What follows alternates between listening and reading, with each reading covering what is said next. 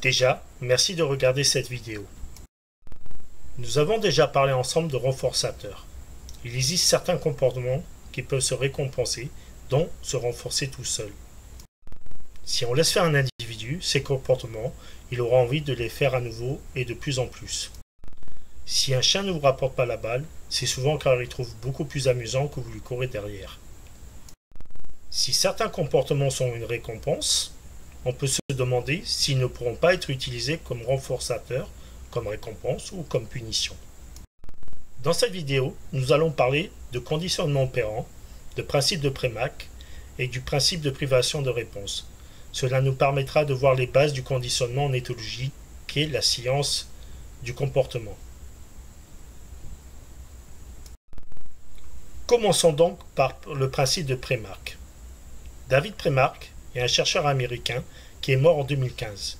Il est principalement connu pour ses résultats sur le conditionnement à la fin des années 50, avec son expérience sur les enfants. Rassurez-vous, rien de cruel, on parlera ici que de bonbons et de parties de flipper. Dans un premier temps, il a présenté à des enfants des bonbons et un flipper, en regardant ceux qui préféraient les bonbons et ceux qui préféraient aller jouer au flipper. Il s'est donc retrouvé avec deux groupes différents. Il a donc appelé le comportement préféré des enfants celui de haute probabilité et l'autre solution celle de basse probabilité. Effectivement, les enfants qui aimaient plus le flipper ont de grandes chances de se mettre à jouer au flipper plutôt que d'aller manger des bonbons. Dans la deuxième partie de l'expérience, il a imposé au groupe d'enfants flipper de manger un bonbon avant d'aller jouer et réciproquement pour le groupe de bonbons avec la partie de flipper. Ce qu'il a remarqué, bien sûr, c'est que le groupe flipper s'est mis de plus en plus à manger des bonbons pour aller jouer gratuitement au flipper. Cela ne vous rappelle rien? Le fameux chantage de la grand-mère. Mange ta soupe si tu veux ton dessert.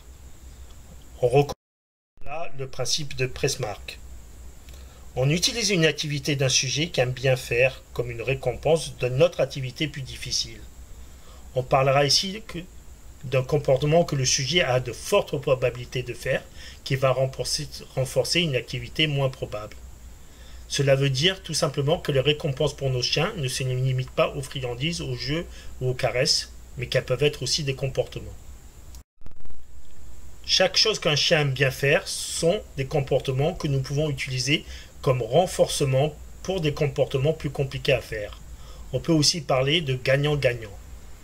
Par exemple, Médor pourra sortir en balade que s'il reste calme avant. Quand notre chien revient, alors qu'il veut continuer à jouer, on le libère et on le laisse retourner jouer avec ses copains. Mais on peut aller plus loin en dépassant le principe de Premack, par la prévention de réponse. Là, on ne va pas simplement demander au sujet de faire un comportement difficile avant de le laisser faire une activité plus motivante. Mais on va fortement limiter l'accès ou carrément interdire ce qui le motive s'il n'a pas le comportement voulu. Avec un enfant, cela reviendra à enfermer sa console de jeu dans un coffre et lui donner que s'il a le comportement voulu et surtout lui reprendre assez rapidement.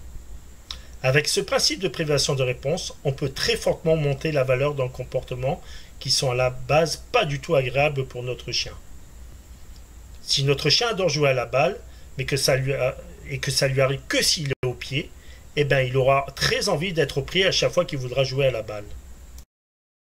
Ce que montre la privation de réponse, c'est que chaque comportement et sa conséquence ont une valeur relative.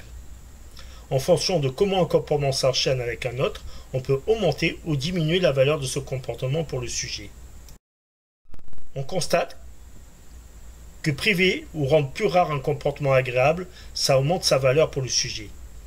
On sait tous que ce qui est rare est précieux, et au contraire, à forcer un individu à répéter un comportement même très sympa, il arrivera facilement à une lassitude et à saturation. Voilà, j'espère que cela vous aura intéressé.